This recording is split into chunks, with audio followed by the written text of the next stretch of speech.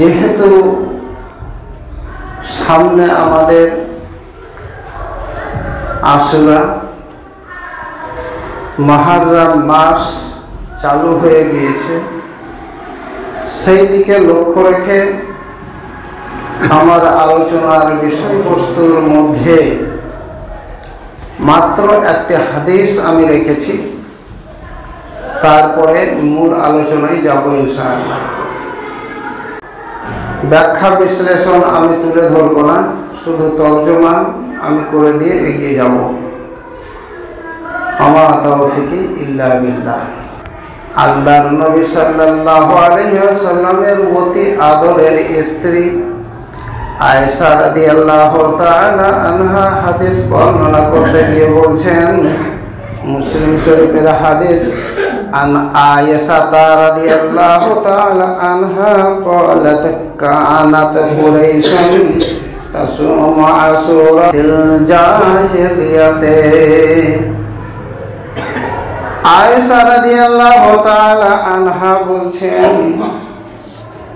জাহেলিয়াতের জামানায় সেই যুগের লোকেরা, কুরাইশ বংশের বিশেষত লোকেরা মুহররম মাসের 10ম দিনের সেই দিনে একটি মাত্র রোজা পালন করত।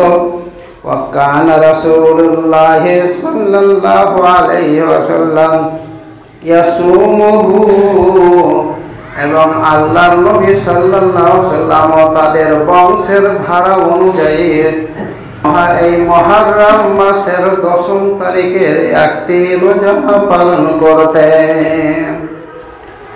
তারপরে ফালাম্মা হাজারা ইলাল মাদিনাতে, তারপরে রাসূল সাল্লাল্লাহু আলাইহি ওয়াসাল্লামের মক্কি জিন্দেগি শেষ হয়ে গিয়ে নবুয়তের 13তম বছরে আল্লাহর নবী সাল্লাল্লাহু আলাইহি ওয়াসাল্লাম হিজরত করে মক্কা থেকে মদিনায় চলে গেলেন। ওয়াসামাহু, তখনও আল্লাহর রাসূল সাল্লাল্লাহু আলাইহি ওয়াসাল্লাম মদিনাতে গিয়ে রোজা করতেন। তারপরে হাদিসে আয়েশা রাদিয়াল্লাহু তাআলা আনহা বলছেন, ওয়া আমারা বিসিয়ামিহি, তারপরেও শুধু রাসূল নিজেই রোজা করতেন এই কথা নয়, সাহাবায়ে কেরামকে তাগিদ দিতেন, সাহাবায়ে কেরামকে বলতেন, তোমরা এই আশুরার মাসের 10ম তারিখের একটি মাত্র রোজা পালন করো। আল্লাহর নবী সাল্লাল্লাহু আলাইহি ওয়াসাল্লাম সেই নিয়ম অনুযায়ী রোজা পালন করতেন।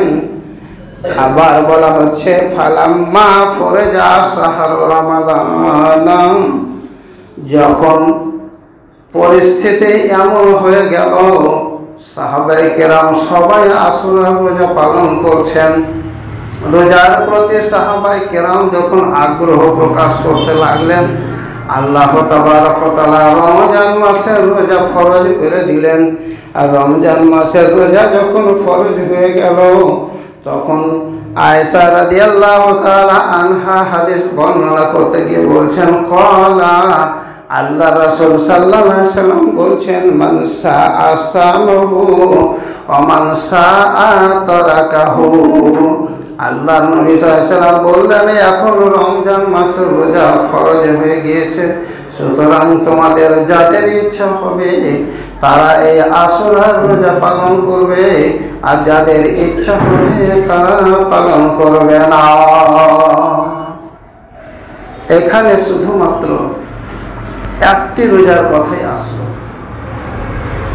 অন্য হাদিসে আল্লাহর নবী সাল্লাল্লাহু আলাইহি ওয়াসাল্লাম বলেছেন, সদা সর্বদাই ইহুদিদের কর্মের উল্টা করে থাকো, পদ্ধতিটা আলাদা হবে, যার জন্য ইহুদিরা যখন সূরা ফাতিহা নামাজে তেলাওয়াত করত তখন ওরা আমিন বলতো না। আল্লাহর নবী সাল্লাল্লাহু আলাইহি ওয়াসাল্লাম সাহাবীদেরকে বললেন, তোমরা জোর আওয়াজে আমিন বলবে। অনুরূপভাবে ইহুদিরা একটা রোজা পালন করত। আল্লাহর নবী সাল্লাল্লাহু আলাইহি ওয়াসাল্লাম বললেন, তোমরা আশুরার একটি রোজার সঙ্গে আরেকটি রোজাকে মিলিয়ে দিবে। সে রোজাটা কেমন ভাবে হবে আল্লাহ নবী সাল্লাল্লাহু আলাইহি ওয়াসাল্লাম বললেন যে আমি আগামী বছর আমি যদি বেঁচে থাকি তাহলে আমি আর একটা রোজাকে আমি মিলিয়ে দিব, অর্থাৎ 10 তারিখের সঙ্গে 8 তারিখের রোজা মিলিয়ে দিব। অর্থাৎ 10 তারিখের সঙ্গে 8 তারিখ বললাম, 9 তারিখের রোজা মিলিয়ে দিব। 9 আর 10, আর 10 আর 11 এই হাদিসটা সহি নয়, দুর্বলতা আছে। যার জন্য যারা রোজা করবেন, এটা ফরজ রোজা নয়, আপনি রোজা করলে সওয়াব পাবেন ইনশাআল্লাহ। সেই দিকে লক্ষ্য রেখে মুহররম মাসে আমাদের উচিত কাজ হচ্ছে, অনেক মানুষকে দেখা যায় মহরমের উদ্দেশ্যে বিভিন্ন রকমের অশালীন কর্মকাণ্ড, অশালীন কাজ মানুষ করে।